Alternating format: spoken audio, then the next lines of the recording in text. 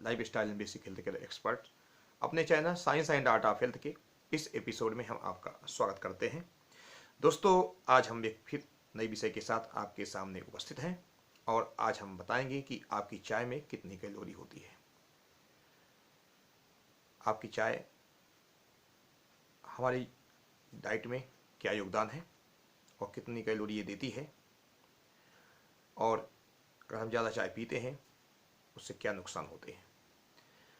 तो आइए चर्चा को शुरू करते हैं और पहले जानते हैं कि चाय में होता क्या है। जनरली चाय में जो घटक हैं, एक दूध है, एक पानी है और चाय की पत्ती डाली जाती है और शक्कर होता है यानी चीनी होती है। इन चीज़ों से चाय बनती है।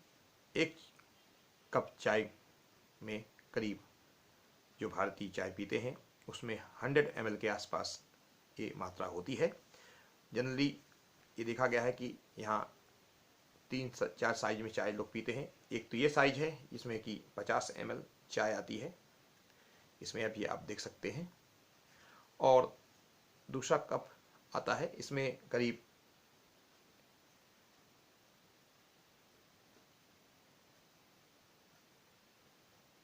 इसमें 100 ml चाय आती है, और ये जो कप की साइज है 130 ml की साइज है, इसमें भी लोग चाय पीते हैं। तो ये आप देख रहे हैं, ये जनरली इन साइजों में चाय पीते हैं। हम एवरेज 100 ml मान रहे हैं कि हर एक आदमी एक बार में 100 ml के आसपास चाय पीता है। और जो बाज़ारों में चाय मिलती है, ढाबे में चाय मिलती है या सड़क किनारे चाय मिलती है या होटलों में चाय मिलती है, वो करीब करीब 50 ml के आसपास साइज होती है। और इसको आप देख सकते हैं, इस साइज में चाय मिलती है, इसमें 50 ml के आसपास चाय आती है। तो एक 100 ml चाय को बनाने में करीब 50 ml दूध की ज़रूरत होती है, 50 ml पानी की ज़रूरत होती है, और थोड़ी सी चाय पत्ती, और अपनी इच्छा अनुसार लोग उसमें 1 चम्मच या 2 चम्मच शक्कर या चीनी मिलाते हैं। हम जानते हैं कि 50 ml दूध में करीब 50 किलो कैलोरी एनर्जी मिलती है, पानी में कोई कैलोरी नहीं होती है, और 1 चम्मच शक्कर में 20 कैलोरी के आसपास एनर्जी प्राप्त होती है। तो अगर हम 1 कप चाय यानी 100 ml चाय बनाते हैं तो 50 कैलोरी हमें दूध से मिल गई और 20 कैलोरी हमें शक्कर से मिल गई। इस तरह से 70 कैलोरी एनर्जी मिल गई। चाय पत्ती में कोई एनर्जी नहीं होती है। तो 1 कप चाय में 70 कैलोरी एनर्जी प्राप्त होती है। अब इसमें अगर देखें तो दूध के ये इसका जो कैलोरी मान है ये दूध पर भी डिपेंड करता है कि आप दूध कैसा ले रहे हैं। नॉर्मल गाय का दूध या भैंस का दूध ले रहे हैं तो उसमें फैट की मात्रा ज़्यादा होती है, और डबल टोन ले रहे हैं तो उसमें अलग होती है। जैसे कि डबल टोन मिल्क में 50 ml दूध में करीब 25 कैलोरी एनर्जी प्राप्त होती है, और स्किम्ड में करीब 15 कैलोरी। लेकिन हम यहाँ जो बात कर रहे हैं वो नॉर्मल जो भारतीय दूध पीते हैं वो नॉर्मल गाय और भैंस का दूध होता है। तो उसमें जो 100 ml दूध होता है उसमें करीब 100 कैलोरी एनर्जी प्राप्त होती है, और हम यहाँ 50 ml ले रहे हैं, नहीं 50 ml दूध ले रहे हैं तो यहाँ 50 कैलोरी एनर्जी प्राप्त होती है 50 ml दूध से। तो 1 कप चाय को बनाने के बाद जो हमें एनर्जी मिलती है वो करीब 70 कैलोरी के आसपास होती है। अगर आप इसमें शक्कर नहीं मिलाते हैं तो आपको सिर्फ दूध से एनर्जी प्राप्त होगी, वो 50 ml दूध और 50 ml पानी, शक्कर नहीं है, और चाय पत्ती में तो कोई एनर्जी होती नहीं। तो इस तरह से हमें दूध की चाय पीते हैं उसमें शक्कर के बिना तो उसमें 50 कैलोरी, और सिर्फ दूध की चाय पीते हैं, पानी नहीं मिलाते हैं, तो 100 ml दूध में करीब 100 कैलोरी एनर्जी, और 1 चम्मच अगर चाय उसमें अगर हम शक्कर मिलाते हैं तो उससे हमें 20 कैलोरी एनर्जी प्राप्त होती है। तो 100 ml की चाय में अगर दूध की चाय बन रही है तो उसमें आपको 120 कैलोरी की एनर्जी प्राप्त होगी, यानी कि उसमें पूरा दूध रहेगा, 100 कैलोरी उसकी वैल्यू रहेगी, और 20 ग्राम शक्कर की, तो 120 हो जाएगी। और अगर आप इसमें से दूध और शक्कर दोनों हटा देते हैं तब इसकी कैलोरी कितनी होगी, तो 1 कप चाय में भी 0 कैलोरी, यानी एक कैलोरी या 2 कैलोरी के आसपास उसमें एनर्जी प्राप्त हो, उसको हम 0 कैलोरी के आसपास ही मानते हैं। तो ग्रीन टी, हर्बल टी और या ब्लैक टी पीते हैं तो उसकी जो कैलोरी जो होती है वो 0 के आसपास होती है। तो ग्रीन टी आप एक अच्छा विकल्प हो सकता है, हर्बल टी एक अच्छा विकल्प, ब्लैक टी जिसमें हम शक्कर और दूध नहीं मिलाते हैं, तो हमें जो उसकी एनर्जी है वो लगभग 0 के आसपास रहती है। तो आप अगर बिना दूध और शक्कर की चाय पीते हैं तो उसकी एनर्जी 0 रहती है, और अगर उसमें दूध, शक्कर, पानी और चाय पत्ती मिला के पीते हैं तो उसकी एनर्जी वैल्यू 70 के आसपास रहती है। और सिर्फ दूध और शक्कर से अगर चाय बनाई जाती, पानी बिल्कुल नहीं मिलाया जाता है, तो उसकी कैलोरी 120 के आसपास होती है। तो सबसे ज़्यादा होती है दूध और शक्कर वाले की, उसके बाद होती है जिसमें पानी 50% मिला रहता है, उसकी होती है 70 कैलोरी के आसपास। अब ये तो हुआ हमने चाय की बात की, 100 ml चाय की। अब हम इसके साथ, चाय के साथ बिस्किट भी लेते हैं, तब इसकी कैलोरी कितनी हो जाएगी। अगर जनरली बिस्किट हम नमक वाला बिस्किट ले रहे हैं या मैरी बिस्किट ले रहे हैं तो उसकी कैलोरी 20 या 30 के आसपास होती है। तो एक बिस्किट आपने खा लिया और करीब 70 कैलोरी हमें चाय से मिल गई, दूध वाली और पानी, दूध और पानी से बनी जो चाय है उससे हमें 70 कैलोरी प्राप्त होती है। तो एक बिस्किट से 20 कैलोरी और 1 कप चाय से 70 कैलोरी, यानी कि आसपास आपका 90 कैलोरी के आसपास एनर्जी प्राप्त हो जाएगी। और अगर आपने इसमें क्रीमी बिस्किट ले लिया तो उसकी जो एनर्जी वैल्यू होती है वो लगभग 100 के आसपास होती है, और 70 आपको चाय से मिली तो टोटल जो वैल्यू हो जाएगी वो 170 के आसपास हो जाएगी। तो क्रीमी बिस्किट में के साथ अगर हम चाय पी रहे हैं तो उसकी जो एनर्जी वैल्यू है वो हो जाएगी 170 कैलोरी। और अगर हम चाय के साथ नमकीन ले रहे हैं, अगर हम 30 ग्राम नमकीन ले रहे हैं तो 30 ग्राम नमकीन की जो एनर्जी होती है वो होती है 180, और 1 कप चाय की होती है 70। तो टोटल हो जाएगी 200,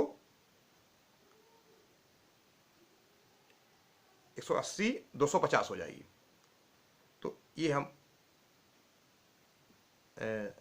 देखते हैं कि अगर हम 1 कप चाय के साथ अगर हम 30 ग्राम नमकीन ले रहे हैं तो उससे हमें 250 कैलोरी की एनर्जी प्राप्त होगी।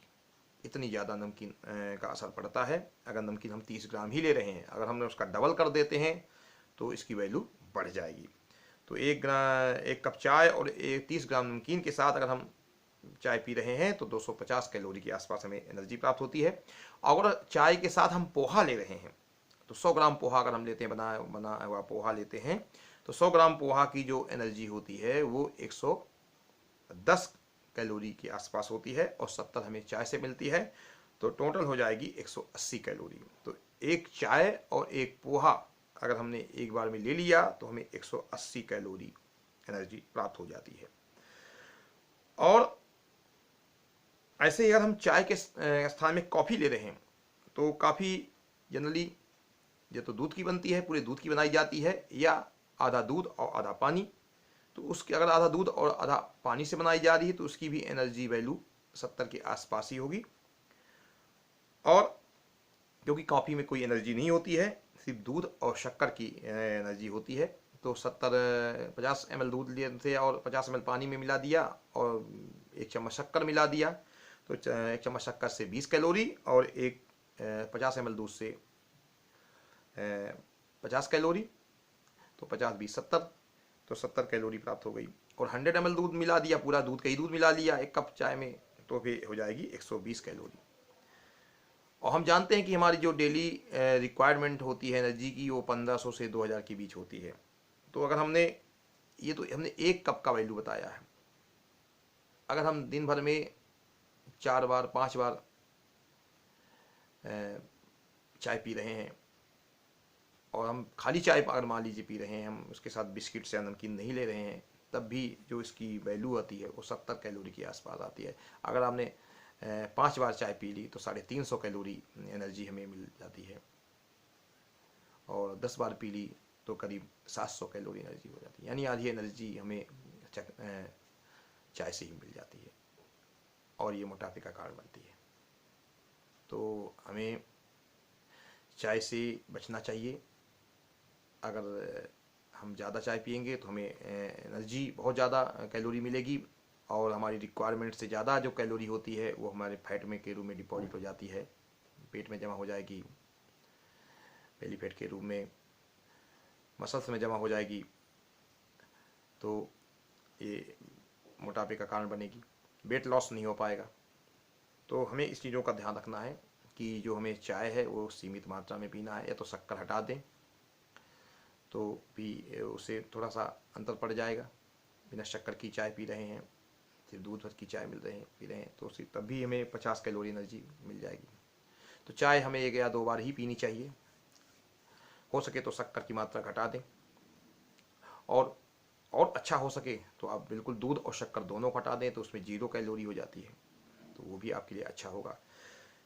और अगर आप चाय के स्थान में काफ़ी पी रहे हैं उसमें भी लगभग सेम एनर्जी रहती है, उसमें भी 70 कैलोरी के आसपास एनर्जी रहती है। तो आप या चाय पिए या काफ़ी पिए, दोनों में मोटापा बढ़ना ही बढ़ना है। 1 बार पी रहे हैं तो ठीक है, अगर 5 बार पी रहे हैं, 10 बार पी रहे हैं तो काफ़ी एनर्जी मिल जाती है। आधी एनर्जी हमें खाने की जो टोटल डेली रिक्वायरमेंट है वो चाय और कॉफ़ी से आ रही है। तो ये और खाना हमें खाना ही है, तो ये हमारे मोटापे का कारण बनेगी। तो हमें ग्रीन टी या हर्बल टी या ब्लैक टी पर जाना चाहिए। ये बेहतर ऑप्शंस हैं, इनमें शक्कर नहीं होता, दूध भी नहीं होता, तो इसकी जो एनर्जी वैल्यू है बहुत 0 के आसपास होती है और हमारे मोटापे को नहीं बढ़ाती हैं। और हमें जो जानते हैं कि इसमें एंटीऑक्सीडेंट होते हैं और फाइटोन्यूट्रिएंट्स होते हैं, ये हमारी सेहत के लिए अच्छी मानी जाती है। तो हम ग्रीन टी और ब्लैक टी का ऑप्शन चुनना चाहिए। और जो दूध और शक्कर से बनी चाय है इसको अवॉइड करना चाहिए, सीमित मात्रा में पीनी चाहिए, जिससे कि हम मोटापे से बच सकें और जो अन्य बीमारियां होती हैं मोटापे के कारण उससे भी छुटकारा पाया जा सके। तो दोस्तों, आज हमने एक बात बताई कि चाय की कितनी कैलोरी होती है, कॉफ़ी की कितनी कैलोरी होती है और इसके क्या नुकसान होते हैं, हम ज़्यादा पीते हैं तो हमें कितनी कैलोरी प्राप्त होती है। अगर इस जानकारी को देने में मेरा वीडियो सफल रहा तो इसको लाइक करें, शेयर करें, और अगर आपने चैनल को सब्सक्राइब नहीं किया है तो इसको सब्सक्राइब कर लें। आज के लिए बहुत बहुत धन्यवाद।